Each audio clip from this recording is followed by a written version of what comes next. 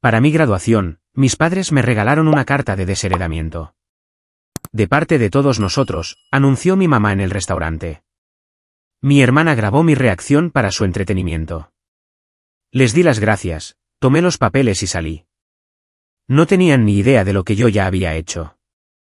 El restaurante era uno de esos lugares carísimos donde los camareros eran de raza negra y hablaban en susurros. Candelabros de cristal colgaban del techo y cada mesa tenía orquídeas frescas como centros de mesa. Mi madre, Victoria, había insistido en hacer reservaciones en Romanos con 3 meses de antelación. Me dijo que era para celebrar mi graduación de la Facultad de Derecho. La primera de mi clase en Stanford.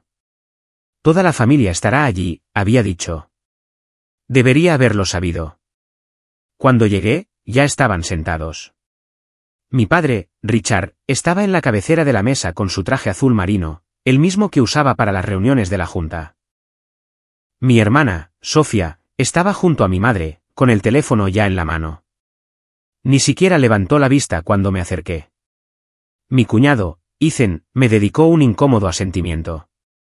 Siempre había sido el único decente entre ellos, pero hacía tiempo que había aprendido a mantener la boca cerrada. Ahí está ella, anunció Victoria, su voz con esa dulzura artificial que significaba problemas. Nuestra graduada. Me senté, alisando mi vestido. Había elegido algo sencillo pero elegante. Azul marino con un escote modesto. Mi ceremonia de graduación había sido 3 días antes. Ninguno de ellos había asistido. Victoria había afirmado tener un almuerzo de caridad. Richard tenía un torneo de golf. Sofía se estaba haciendo las uñas. La cena comenzó con bastante normalidad. Richard pidió una botella de vino cara sin consultar a nadie. Victoria habló de su próximo viaje a los Hamptons.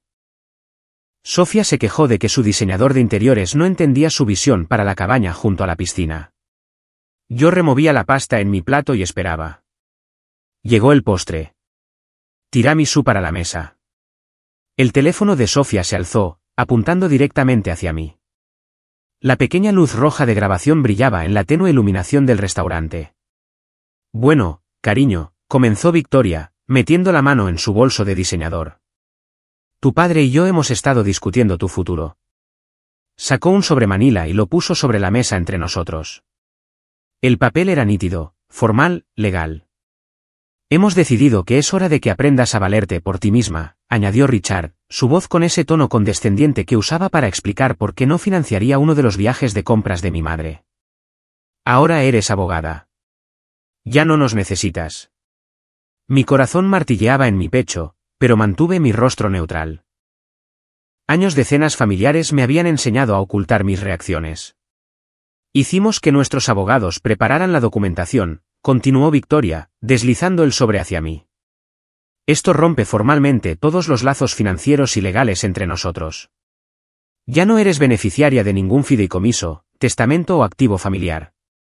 Es por tu propio bien, dijo Richard, tomando un sorbo de su vino. Nos lo agradecerás más tarde. El teléfono de Sofía se mantuvo firme, capturando cada segundo. Sus labios se curvaron en una sonrisa que no se molestó en ocultar. Abrí el sobre. Dentro había documentos oficiales, notariados y firmados.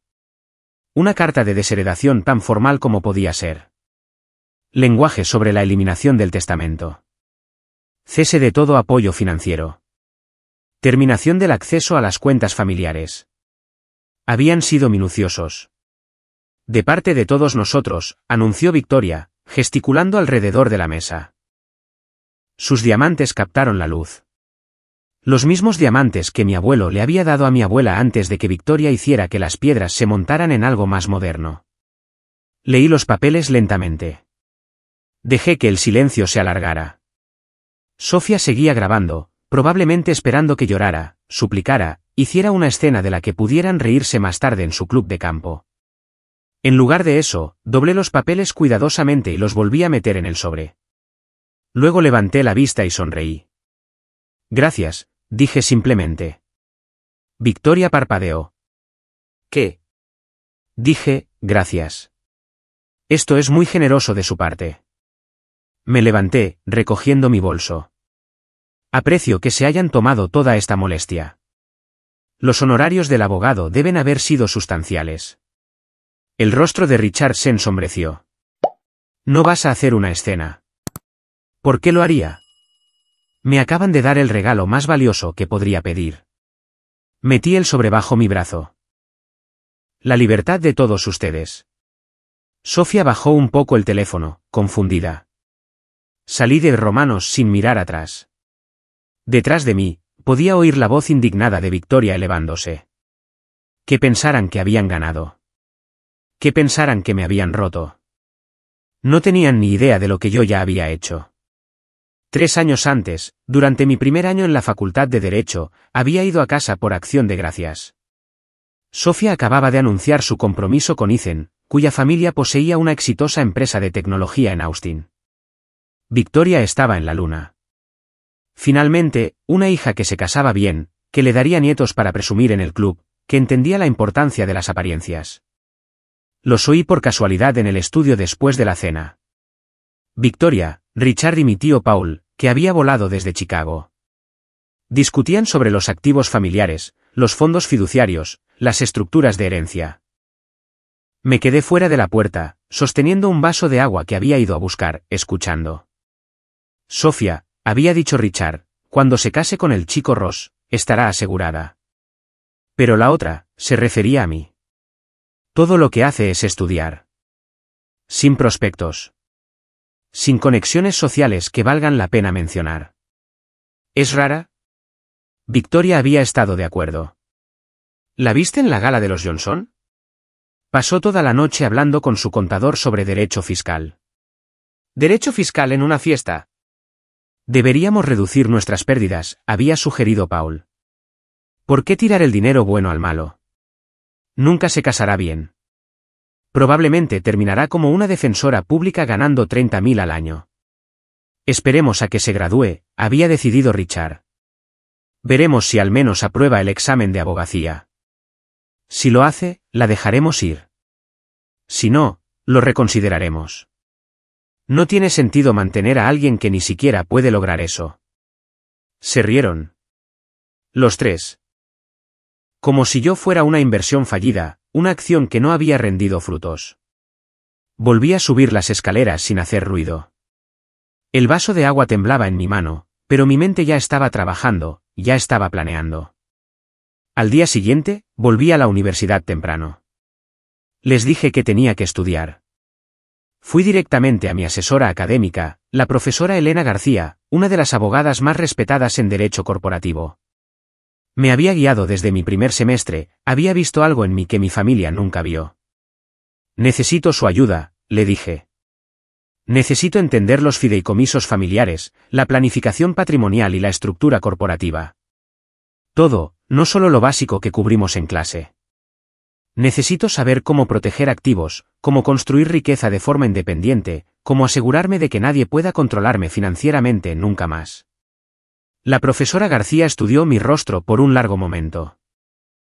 Esto es personal, Isabella. Ven a mi oficina el lunes a las 7 de la mañana, empezaremos entonces. Durante los siguientes 3 años, la profesora García me dio una educación dentro de una educación. Me presentó a contactos en planificación patrimonial, derecho corporativo, banca de inversión. Aprendí todo sobre gestión de patrimonio, protección de activos e independencia financiera. Hice pasantías que no tenían nada que ver con mis planes de carrera eventuales, y todo que ver con entender cómo funcionaba realmente el dinero. Durante mi segundo año, comencé a consultar por mi cuenta. Casos pequeños al principio, empresas que necesitaban revisiones de contratos, startups que necesitaban estructuras legales. Cobraba tarifas razonables y me forjé una reputación de ser minuciosa, rápida y discreta. La voz se corrió en la comunidad tecnológica, especialmente en Silicon Valley. Para mi tercer año, había ahorrado lo suficiente para invertir. Encontré una startup llamada DataStream. 3 desertores de Stanford con un enfoque revolucionario de la ciberseguridad. Su tecnología era brillante, pero su estructura empresarial era un desastre. Me ofrecía arreglar su marco legal corporativo a cambio de participación accionaria. El 2% de la empresa, acordaron. La empresa pasó de 3 personas en un garaje a 50 empleados en 6 meses. Para cuando me gradué, DataStream acababa de ser adquirida por una importante corporación tecnológica por $800 millones. Mi participación del 2% valía $16 millones. Lo mantuve en secreto. No se lo dije a nadie, ni siquiera a Ethan, que lo habría entendido. El dinero estaba en cuentas de inversión, diversificado y protegido por las estructuras legales que yo misma había construido. Mi familia no tenía ni idea. Pensaban que solo estaba estudiando, siendo la aburrida y rara hijita que no podía conseguir un marido. La semana antes de la graduación, hice que mi propio abogado preparara documentos, una renuncia formal a cualquier reclamación futura sobre los activos familiares, un ataque preventivo que me protegería si alguna vez intentaban volver más tarde, alegando que les debía algo, que mi éxito se construyó de alguna manera sobre sus cimientos. Había planeado presentárselo yo misma, junto con algunas palabras selectas sobre lo que podían hacer con su dinero. Pero se me adelantaron. Y al hacerlo, lo hicieron mucho más dulce. Conduje hasta mi apartamento en Palo Alto, un pequeño estudio de un dormitorio que había estado alquilando durante el último año. Todo lo que poseía cabía en mi coche. Me había preparado para este momento, aunque no hubiera sabido exactamente cuándo llegaría. El apartamento se sentía diferente cuando entré. Más ligero de alguna manera, a pesar de las cajas que necesitaba empacar. Me serví una copa de vino y me senté junto a la ventana, observando las luces del campus de Stanford parpadear en la distancia. Este lugar había sido mi santuario durante 12 meses, pero era hora de seguir adelante. Hora de entrar en la vida que había estado construyendo en secreto. Pensé en el día en que firmé los papeles de DataStream. Los fundadores se habían mostrado escépticos al principio cuando una estudiante de Derecho se ofreció a reformar su estructura corporativa a cambio de acciones en lugar de efectivo. Habían tenido abogados antes, caros de grandes firmas que les cobraban tarifas por hora que apenas podían pagar y entregaban documentos genéricos que no tenían en cuenta su tecnología específica o su trayectoria de crecimiento.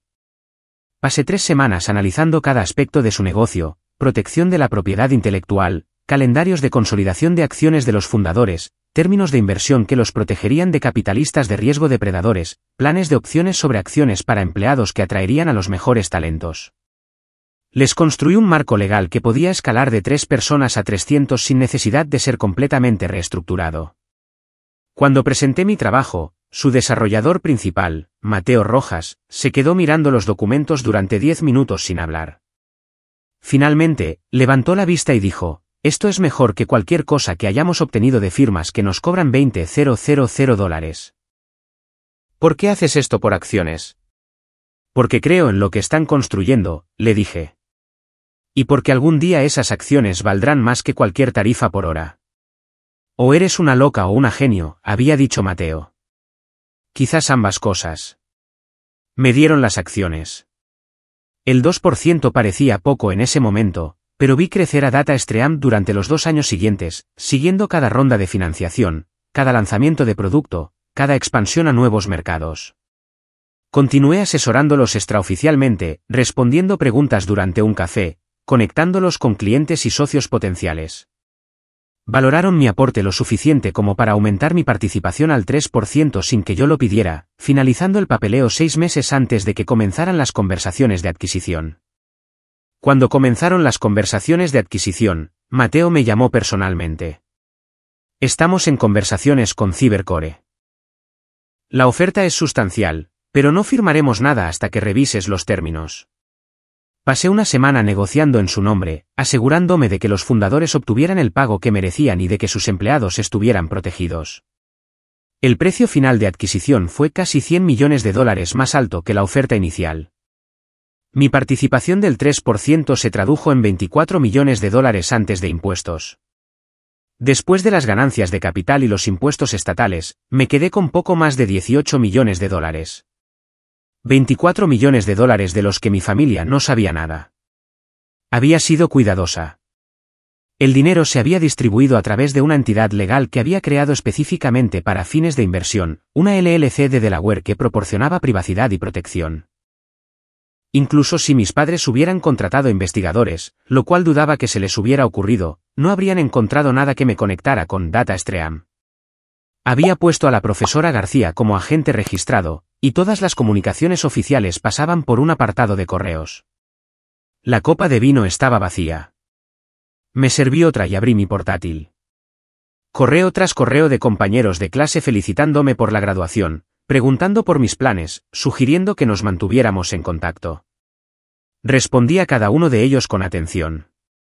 Estas personas eran mi verdadera red, construida sobre el respeto mutuo y las experiencias compartidas en lugar de las conexiones familiares obligatorias. También había un correo electrónico de mi compañera de cuarto de la Facultad de Derecho, Chloe Miller, que se había mudado a Nueva York para un puesto en una firma de primer nivel. Unas copas cuando estés en la ciudad, había escrito. Quiero escuchar todo sobre cómo la estás rompiendo en el mundo real. Chloe había sido una de las pocas personas en las que había confiado sobre mi situación familiar. No todo, pero lo suficiente. Me había visto trabajando hasta altas horas de la noche en mis proyectos de consultoría mientras otros estudiantes estaban en bares o eventos de networking. Una vez me preguntó por qué me esforzaba tanto. «Porque no puedo permitirme no hacerlo», le dije. «Pero tu familia tiene dinero, ¿verdad? He visto el Instagram de tu madre. Siempre está en galas benéficas. Ese es su dinero, no el mío. Y nunca lo será». Chloe había sentido lentamente, entendiendo algo que yo no había dicho explícitamente. Nunca volvió a sacar el tema, pero empezó a presentarme a personas que podrían ayudar a mi carrera, profesores, exalumnos, abogados en práctica privada que buscaban asociados inteligentes. Me había apoyado sin hacer un gran alarde de ello. Tomé una nota mental para aceptar esa oferta de copas. Quizás llevarle una buena botella de vino como agradecimiento por 3 años de apoyo silencioso. Mi teléfono sonó mientras empacaba. «Sofía. Te crees muy lista», siseó cuando contesté. «Saliendo así. Acabas de demostrar todo lo que decían de ti. Eres una desagradecida. Una consentida. ¿Crees que puedes triunfar por tu cuenta? No tienes ni idea de cómo funciona el mundo real». «Probablemente tengas razón», dije con calma, doblando un suéter. «Supongo que ya veremos. Volverás arrastrándote en 6 meses. Verás lo difícil que es sin el dinero de papá. Sin el apellido familiar, no eres nadie sin nosotros. Sofía, voy a colgar ahora. Buena suerte con la cabaña». Desconecté y bloqueé su número. Luego el de mi madre, luego el de mi padre. Un corte limpio. Ya había aceptado un puesto en Morrison y Asociados, una prestigiosa firma en San Francisco. Mi salario inicial era de $200,000 al año, lo que habría sido más que suficiente para vivir, pero yo tenía otros planes. A la mañana siguiente, me reuní con un agente inmobiliario. Por la tarde, había hecho una oferta por un penthouse en Pacific Heights. Oferta en efectivo, sin contingencias. 3 dormitorios, vistas a la bahía, estacionamiento para 2 coches. El vendedor aceptó de inmediato. Compré muebles, no las piezas antiguas y recargadas que mi madre favorecía, sino cosas modernas y cómodas que realmente me gustaban. Contraté a un decorador que entendía el minimalismo. Líneas limpias, espacios abiertos, ventanas que dejaban entrar la luz. 2 semanas después de la cena en Romanos, recibí un correo electrónico de Sofía. El asunto decía: «Espero que estés disfrutando de tu independencia». Dentro había una foto de grupo de una reunión familiar a la que no había sido invitada. Victoria, Richard, Sofía, Ethan, el tío Paul, la tía Silvia y otros 20 parientes en el club de campo. Todos sonreían. Copas de champán levantadas. El mensaje debajo decía: «No te preocupes, no te echamos de menos». Celebración familiar sin el peso muerto. Besos. Lo borré sin responder, pero sí hice una llamada. «Profesora García, soy yo. Estoy lista para empezar la firma». Lo habíamos hablado durante mi último año de carrera. Una firma de abogados boutique especializada en startups tecnológicas y empresas emergentes. La profesora García sería la socia principal, aportando sus décadas de experiencia y reputación. Yo sería la socia junior, aportando energía, conexiones en el mundo de las startups y una cantidad sustancial de capital para ponernos en marcha. La conversación duró 3 horas. Discutimos el espacio de oficina, la estrategia de contratación, los tipos de clientes que queríamos atraer. La profesora García había estado planeando su salida de la academia durante años, esperando la oportunidad adecuada. Esta era. Necesitaré terminar el semestre, dijo. Darle a la escuela un preaviso adecuado. Pero para agosto, soy tuya. Agosto es perfecto. Eso me da tiempo para encargarme de la logística. ¿Estás segura de la inversión de capital? Empezar una firma no es barato, especialmente en San Francisco. Estoy segura. Tengo acceso a fondos que nos cubrirán al menos los 2 primeros años, incluso si no conseguimos ni un solo cliente. Se quedó en silencio por un momento. Isabella, te conozco desde hace 3 años. Nunca has mencionado tener ese tipo de dinero. Lo gané. Y he sido muy cuidadosa con quien lo sabe. Hice una pausa. Mi familia cree que solo soy otra asociada luchadora. Me gustaría que siguiera siendo así. Tu secreto está a salvo conmigo. Aunque sospecho que ese secreto no durará mucho una vez que abramos las puertas y la gente vea de lo que eres capaz. La firma se convirtió en mi obsesión durante los meses siguientes. Encontré un espacio de oficina en el distrito financiero, una unidad de esquina en el piso 20 con vistas al puente de la bahía. El alquiler era caro, pero la ubicación importaba en este negocio. Los clientes necesitaban sentir que estaban trabajando con profesionales serios, no con niños jugando a ser abogados en una oficina en un sótano. Contraté a un diseñador de interiores que entendía lo que quería. Profesional, pero no estirado. Moderno sin ser moderno. El tipo de espacio donde un fundador de tecnología de 25 años con sudadera se sentiría tan cómodo como un ejecutivo de 50 años con traje de 3 piezas. Compramos muebles que durarían. Construimos estanterías a medida para las referencias legales. Instalamos una sala de conferencias con capacidades de vídeo y una pantalla que podía mostrar presentaciones. Mi oficina era modesta, más pequeña que la oficina de la esquina de la profesora García, pero tenía todo lo que necesitaba. Un escritorio con suficiente superficie para extender documentos, sillas cómodas para reuniones con clientes, una credenza donde guardaba los archivos de los casos actuales. El proceso de contratación fue intensivo. Necesitábamos asociados que fueran brillantes pero no arrogantes. Trabajadores pero no agotados. Personas que entendieran que estábamos construyendo algo diferente del modelo tradicional de las grandes firmas. Entrevistamos a docenas de candidatos antes de encontrar a 2 que encajaban: Gabriela Fernández, una recién graduada de Berkeley con un don para la negociación de contratos, y Javier Cruz, que había pasado 3 años en una firma corporativa antes de decidir que quería trabajar con startups en lugar de conglomerados. Luego estaba el marketing. No podíamos simplemente colgar un cartel y esperar que aparecieran los clientes. Me puse en contacto con todos los contactos que había hecho durante mis años de consultoría. Mateo Rojas de DataStream se convirtió en un embajador no oficial, recomendándonos a otros fundadores de su red. La profesora García aprovechó nuestras conexiones académicas, atrayendo a empresas establecidas que necesitaban experiencia especializada. Escribimos artículos para revistas legales, nos posicionamos como líderes de opinión en derecho tecnológico. El sitio web tardó semanas en perfeccionarse. Diseño limpio, estudios de caso que mostraban nuestra experiencia sin violar la confidencialidad del cliente, biografías que destacaban nuestras credenciales sin sonar pomposas. Queríamos proyectar competencia y accesibilidad en igual medida. Jennings Legal Partners abrió un martes de noviembre, exactamente 6 meses después de esa cena en Romanos. Tomamos champán en la sala de conferencias a las 5, solo nosotros 4. Sin gran fiesta, sin comunicado de prensa. Brindamos por el futuro y volvimos al trabajo. El primer mes fue lento. Lo esperábamos. Construir una reputación lleva tiempo, especialmente cuando compites contra firmas establecidas con décadas de historia. Pero teníamos paciencia y suficiente capital para capear el periodo de calma. Nuestro primer cliente importante llegó en septiembre. Una startup de biotecnología que necesitaba ayuda para navegar las regulaciones de la FDA y la ley de patentes. Era exactamente el tipo de trabajo complejo e interesante que queríamos. Gabriela tomó la iniciativa en las solicitudes de patentes mientras yo me encargaba de la estructura corporativa. El caso llevó 4 meses y resultó en un lanzamiento de producto exitoso y un cliente muy satisfecho que nos remitió a otras 3 empresas. Para diciembre, teníamos un flujo constante de trabajo.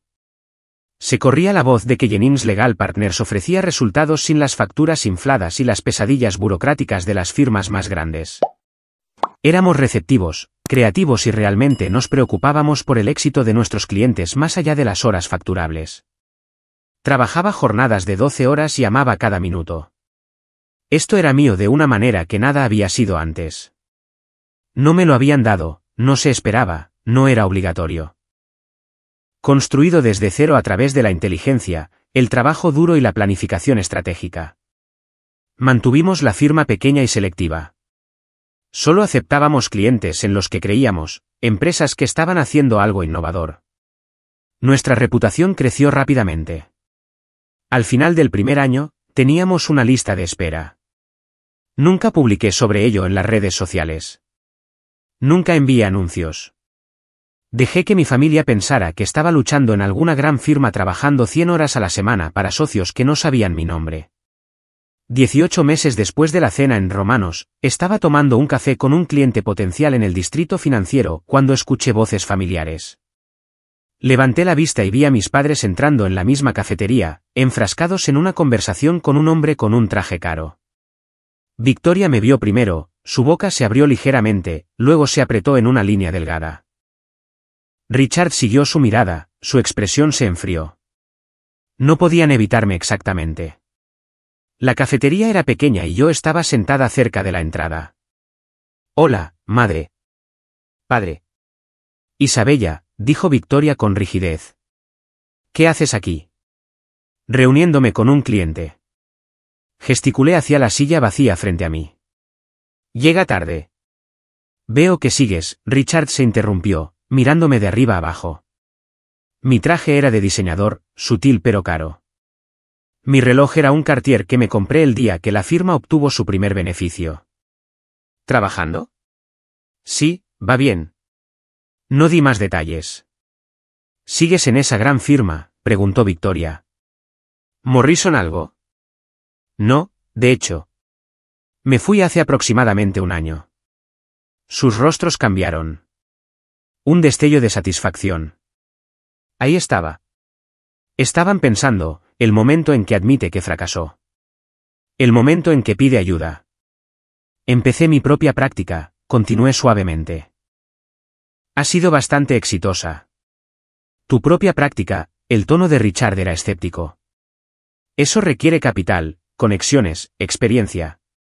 Sí, así es, sonreí. Afortunadamente, tenía las 3 cosas. Mi cliente entró entonces, salvándome de más conversación. Liam Sullivan, CEO de Tech4Bar, una empresa valorada en $3,000 millones. Era joven, brillante e intensamente leal a las pocas personas en las que confiaba. Yo había gestionado la estructura legal de su empresa desde el principio. Isabella, cruzó la cafetería a grandes zancadas, con la mano extendida. Siento llegar tarde. La reunión de la junta se alargó. Me levanté, estrechando su mano. No hay problema, Liam. Tomemos esa mesa de la esquina. Mientras pasábamos junto a mis padres, vi sus rostros. El reconocimiento amaneciendo. Liam Sullivan aparecía regularmente en Forbes y TechCrunch. Todos en la comunidad empresarial del área de la bahía sabían quién era. No miré atrás. Durante el año siguiente, la firma creció. Aceptamos clientes más grandes, casos más complejos. La profesora García y yo formábamos un equipo perfecto. Ella se encargaba del drama en los tribunales cuando era necesario. Yo me encargaba de las negociaciones, los contratos, las intrincadas estructuras legales que protegían las innovaciones de nuestros clientes.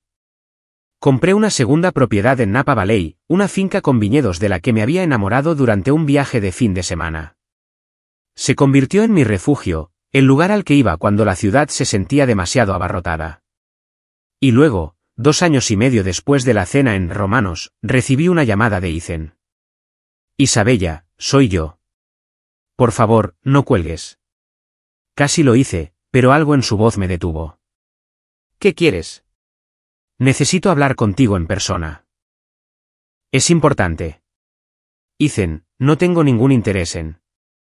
Es sobre tu familia. Por favor, solo dame una hora. Nos reunimos en un lugar neutral, un restaurante en Oakland. Ethan parecía cansado, mayor de sus 32 años. La sonrisa fácil que siempre había llevado había desaparecido. Sofía y yo nos vamos a divorciar, dijo sin preámbulos. Será definitivo en 3 meses. Lo siento, dije automáticamente. Él negó con la cabeza. No lo sientas. Debería haberlo hecho hace años. Tomó aire. Tu familia está en problemas, Isabella. Problemas financieros. Dejé mi vaso de agua. ¿Qué tipo de problemas? Tu padre hizo algunas malas inversiones hace unos 2 años. Justo cuando ellos. Cuando te fuiste. Puso una enorme cantidad de capital en un acuerdo de desarrollo inmobiliario que fracasó. Luego intentó recuperar las pérdidas en el mercado de valores. Mal momento. Peores decisiones. ¿Qué tan mal? Van a perder la casa. La membresía del club ya se fue. Tu madre vendió la mayor parte de sus joyas el mes pasado. Están tratando de mantener las apariencias, pero la gente está empezando a darse cuenta. Procesé esto. ¿Por qué me lo dices? Porque Sofía ha estado hablando de contactarte. Cree que ayudarás. Tu madre también. Me han estado haciendo preguntas sobre cuánto podrías valer, si todavía estás en Morrison, si sé dónde vives. ¿Y les dijiste? Les dije que no tengo contacto contigo, lo cual era cierto hasta hoy. Se inclinó hacia adelante. Isabella, van a venir a ti y van a actuar como si los últimos 2 años y medio nunca hubieran sucedido. Como si no te hubieran desheredado en un restaurante mientras Sofía lo filmaba para su entretenimiento. Van a esperar que arregles esto. ¿Qué crees que debería hacer? Esa no es mi decisión. Solo pensé que merecías una advertencia. Se levantó para irse, luego se detuvo. Para que conste, siempre fuiste la mejor de ellos. La única que realmente ganó algo. Siento no haberlo dicho nunca cuando importaba. Me dejó sentada allí, pensando. La llamada llegó 2 semanas después. Victoria, su voz brillante y artificial. Cariño, ha pasado demasiado tiempo. Simplemente debemos reunirnos para almorzar. Tengo tanto que ponerme al día. Estoy muy ocupada, madre. Oh, por supuesto que lo estás. Pero seguramente puedes dedicar 1 hora a tu madre. Podríamos vernos en esa encantadora cafetería que te gustaba, donde nos encontramos. ¿Cuándo fue eso? Hace 1 año. ¿Te veías tan bien? ¿Qué quieres, Victoria? Silencio. Odiaba cuando usaba su primer nombre. Quiero ver a mi hija. ¿Es eso tan malo? Me desheredaste. Hiciste que los abogados redactaran documentos eliminándome de la familia. Dejaste muy claro que era una decepción, una carga. Peso muerto, según el correo electrónico de Sofía. ¿Qué ha cambiado exactamente? Isabella, eso fue. Pensamos que estábamos haciendo lo mejor para ti. Enseñándote independencia. Desheredándome en mi cena de graduación mientras Sofía lo grababa. Tu hermana solo. No tenía mala intención con eso. ¿Qué es lo que realmente quieres, madre? Otra pausa. Cuando habló de nuevo, el brillo artificial había desaparecido. Necesitamos hablar sobre las finanzas familiares. Tu padre y yo hemos tenido algunos contratiempos, y pensamos que quizás podrías ayudar. Como abogada, debes entender de inversiones, de estructuras financieras. Podríamos usar tu experiencia. ¿Mi experiencia? Sí. Y quizás alguna ayuda temporal mientras reestructuramos algunas cosas.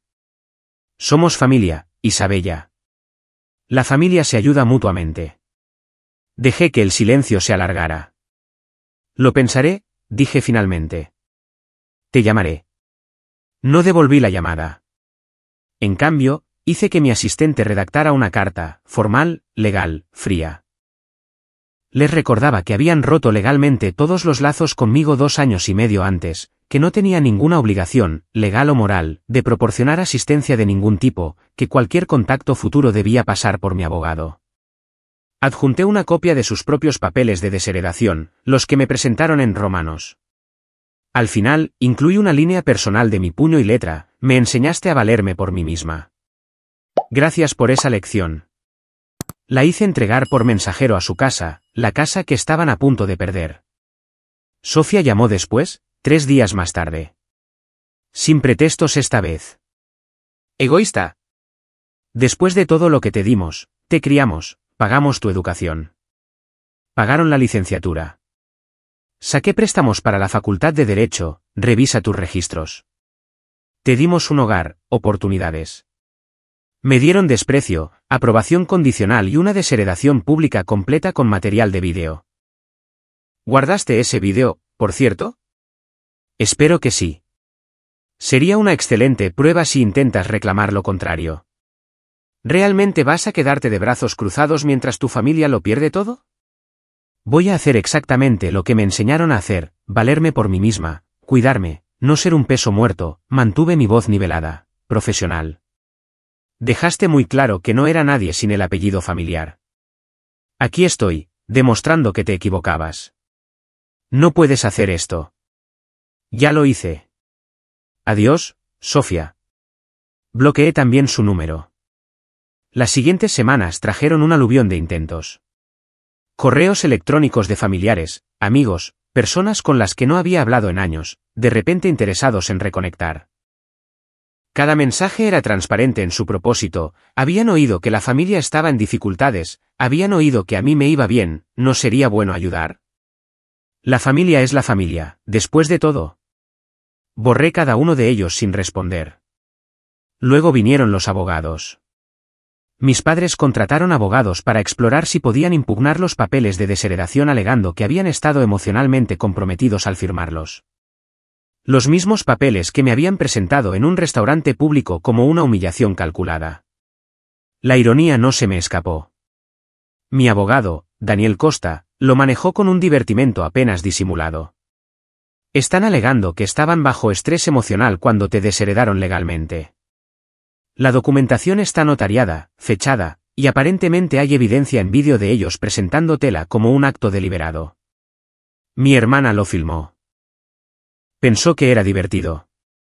Bueno, ese vídeo ahora es evidencia de que esto fue premeditado y ejecutado con plena conciencia de las consecuencias. Sus abogados van a retirar esta reclamación en una semana una vez que se den cuenta de lo mal que podría salirles. Tenía razón. El desafío legal desapareció tan rápido como había aparecido.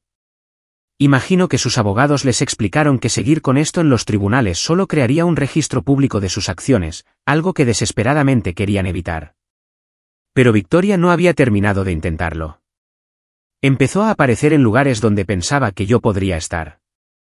La cafetería cerca de mi oficina se volvió zona prohibida después de que la vi allí 3 días seguidos, sentada sola en una mesa de la esquina, esperando claramente que yo entrara. Probó en el gimnasio donde tenía una membresía, en el supermercado que prefería. Era acoso disfrazado de preocupación maternal, y era patético. Cambié mi rutina. Empecé a hacer ejercicio en un gimnasio diferente, pedí los comestibles a domicilio, varié mis cafeterías. Era molesto, pero me negué a dejar que ella controlara mi vida a través de un comportamiento de acoso. El punto de quiebre llegó cuando intentó acercarse a mí en un evento profesional. Estaba en una conferencia de tecnología haciendo networking con clientes potenciales cuando sentí una mano en mi brazo. Victoria, vestida con lo que probablemente era el atuendo más caro que aún poseía, con una sonrisa que no llegaba a sus ojos. Isabella, cariño, qué coincidencia. No era una coincidencia. El evento se había publicitado y mi nombre figuraba como panelista. Compró una entrada específicamente para emboscarme. Esto no es apropiado, dije en voz baja, quitando su mano de mi brazo. Soy tu madre. Cuando no es apropiado que una madre hable con su hija. Cuando esa madre desheredó legalmente a dicha hija y ahora la está acosando en eventos profesionales. La gente empezaba a darse cuenta. La sonrisa de Victoria se volvió tensa. Estás haciendo una escena. No, tú estás haciendo una escena. Y si no te vas inmediatamente, haré que la seguridad te escolte fuera. No te atreverías. Saqué mi teléfono y le envié un mensaje de texto a Daniel Costa. Envía una carta de cese y desistimiento a Victoria. Incluye los incidentes de la cafetería, el gimnasio, el supermercado y la conferencia de hoy. Si vuelve a contactarme, presentamos una orden de alejamiento. Luego me volví hacia el guardia de seguridad más cercano y le expliqué la situación. Fue profesional, cortés y absolutamente firme al escoltar a Victoria fuera del edificio. Ella protestó, alegando una emergencia familiar y un malentendido, pero el guardia había escuchado suficiente de nuestra conversación para saber la verdad. Mientras se la llevaban, se volvió hacia mí. Tu padre está enfermo, Isabella. Tiene problemas cardíacos por el estrés. ¿Realmente quieres eso en tu conciencia? Sentí un parpadeo de algo. No culpa, exactamente. Quizás solo el fantasma de viejas obligaciones, viejos patrones de pensamiento que decían que la familia significaba algo sin importar cómo te trataran. Pero luego recordé el estudio, la risa. ¿Por qué tirar el dinero bueno al malo? Probablemente debería reducir sus niveles de estrés entonces, dije con calma. He oído que los procedimientos de quiebra son bastante sencillos en estos días. El guardia se la llevó. Varias personas que habían presenciado el intercambio me dieron miradas compasivas. Una capitalista de riesgo con la que esperaba conectarse me acercó después de que Victoria se fuera. ¿Problemas familiares?, preguntó. Exfamilia. Me desheredaron legalmente. Ahora quieren volver a entrar porque resulté ser exitosa. Ella se rió. Tuve un tío que intentó algo similar. Me echó de casa a los 18. Me dijo que nunca llegaría a nada. Intentó pedirme dinero prestado 10 años después. Algunas personas solo te valoran por lo que puedes darles. Exactamente. Me caes bien, dijo. Tomemos un café la próxima semana. Tengo una empresa en mi cartera que necesita trabajo legal. Esa conversación por sí sola hizo que la incomodidad de la emboscada de Victoria valiera la pena. La carta de cese y desistimiento se envió al día siguiente, y el acoso finalmente se detuvo. Richard intentó un enfoque diferente. Envió una carta física a mi oficina, evitando el correo electrónico y las llamadas telefónicas que sabía que había bloqueado. El sobre era grueso, de papelería cara que reconocí de su escritorio en casa. Dentro había una carta manuscrita, de 3 páginas. Casi la tiro sin leerla, pero la curiosidad ganó. La carta comenzaba con una especie de disculpa. Reconocía que la desheredación se había manejado mal y que quizás las emociones se habían desbordado más de lo debido. No era exactamente asumir toda la responsabilidad, pero más cerca de lo que esperaba. Luego venía la justificación. Explicaba los problemas financieros en detalle. El acuerdo inmobiliario que parecía seguro, respaldado por personas en las que había confiado durante décadas, el desplome del mercado que había aniquilado la mitad de su cartera, la desesperación que había llevado a inversiones cada vez más arriesgadas tratando de recuperar las pérdidas. Lo expuso todo como un caso de estudio sobre cómo no gestionar el patrimonio. La última página era la petición. Necesitaba $750,000 para salvar la casa y estabilizar sus finanzas. Me lo devolvería, por supuesto, con intereses. Solo necesitaba tiempo para reestructurar, para volver a ponerse de pie. La familia ayuda a la familia en tiempos de crisis. Seguramente yo entendía eso. $750,000.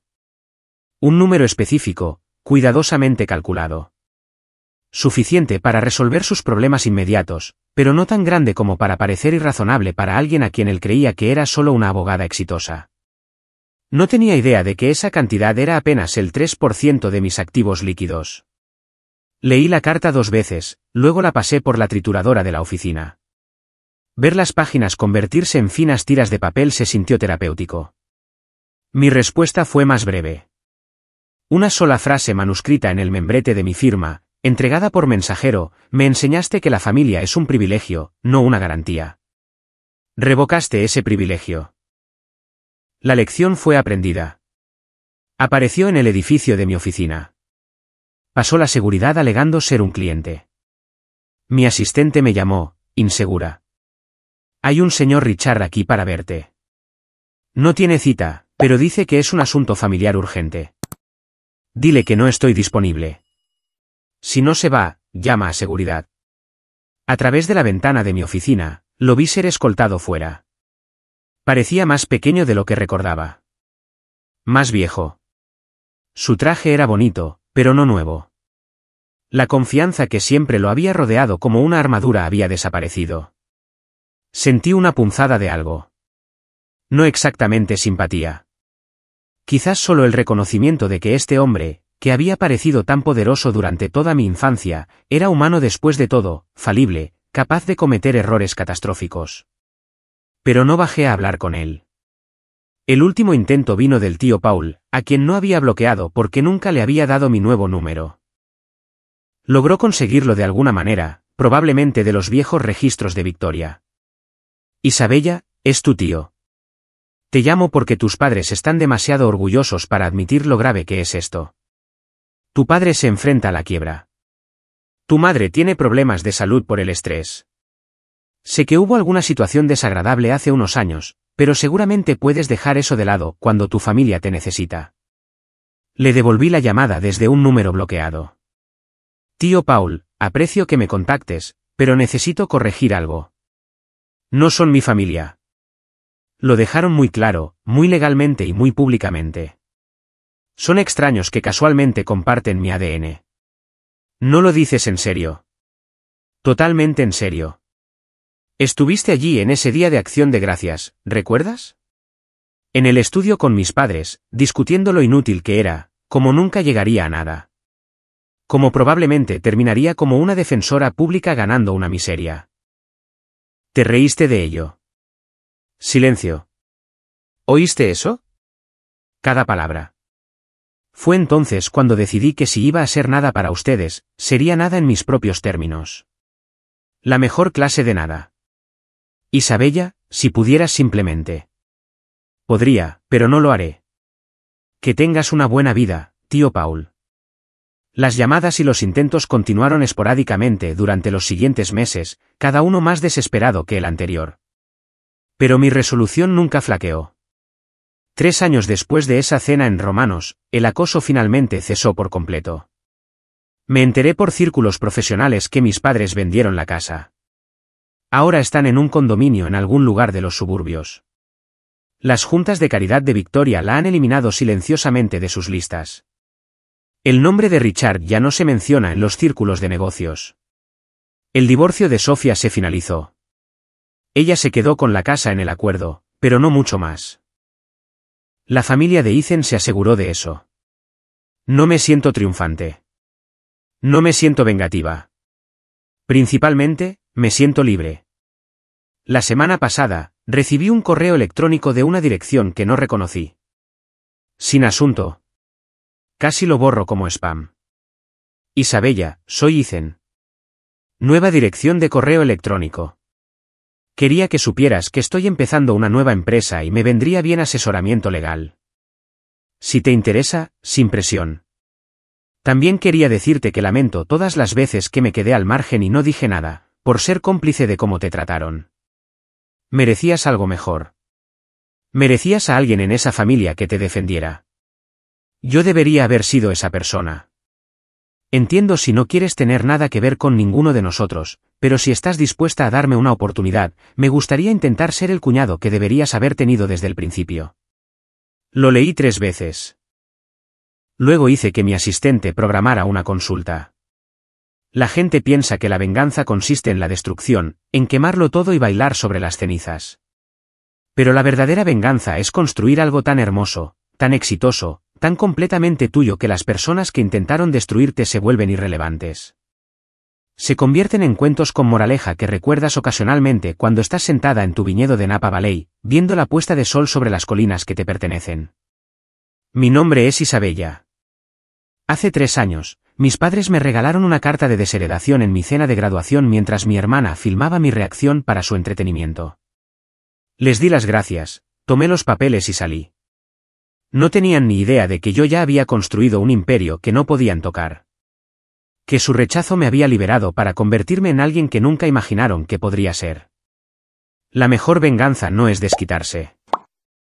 Es convertirte en alguien a quien ya no pueden herir.